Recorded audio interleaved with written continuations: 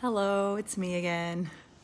It is not like the sun hasn't even came up yet, but it's changing seasons, y'all. How you feeling? Today's Tuesday, and just finished my yoga practice for the morning, and it had me thinking about how powerful the practice of yoga has been in my life. And I thought, you know what? It's been a long time since I've made some videos about my mental health and my struggles and things like that.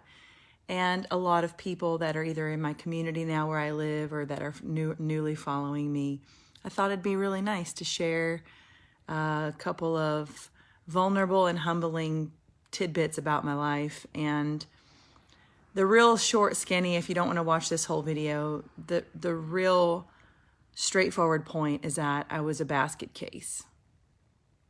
And then yoga has helped me.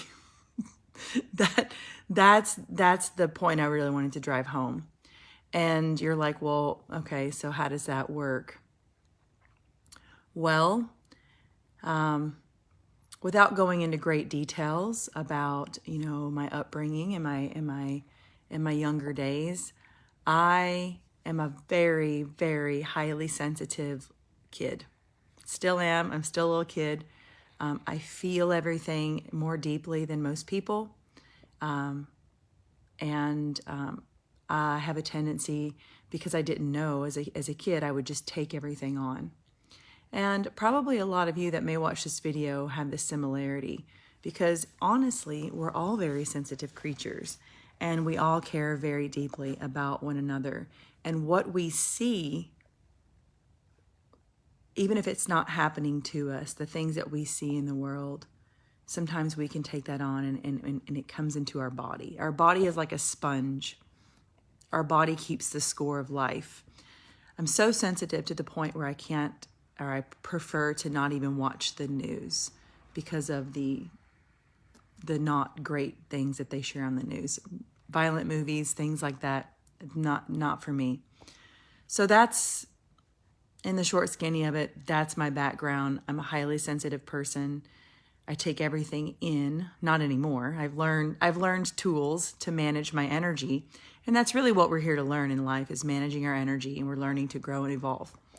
But I did not have these tools as a kid. I took everything on, and I was very violent. I was very disturbed. I was fighting all the time. Not only was I fighting other people, but I was constantly in battle with myself. And this was causing a lot of problems in my personal life and my professional life. However, when I went into the Navy, people continued to have compassion and work with me through my struggles. And we would be out to sea for, months at a time.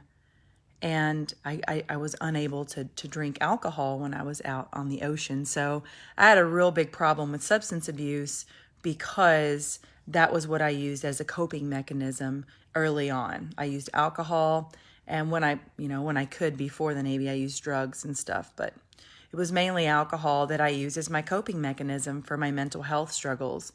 And then it would cause me more shame and more guilt. And so I was on this shame and guilt spiral because of my mental health problems and my anger issues. And then I would drink and I would make mistakes and I would cause more guilt and shame. So I was just carrying this heavy load of being ashamed of myself all the time.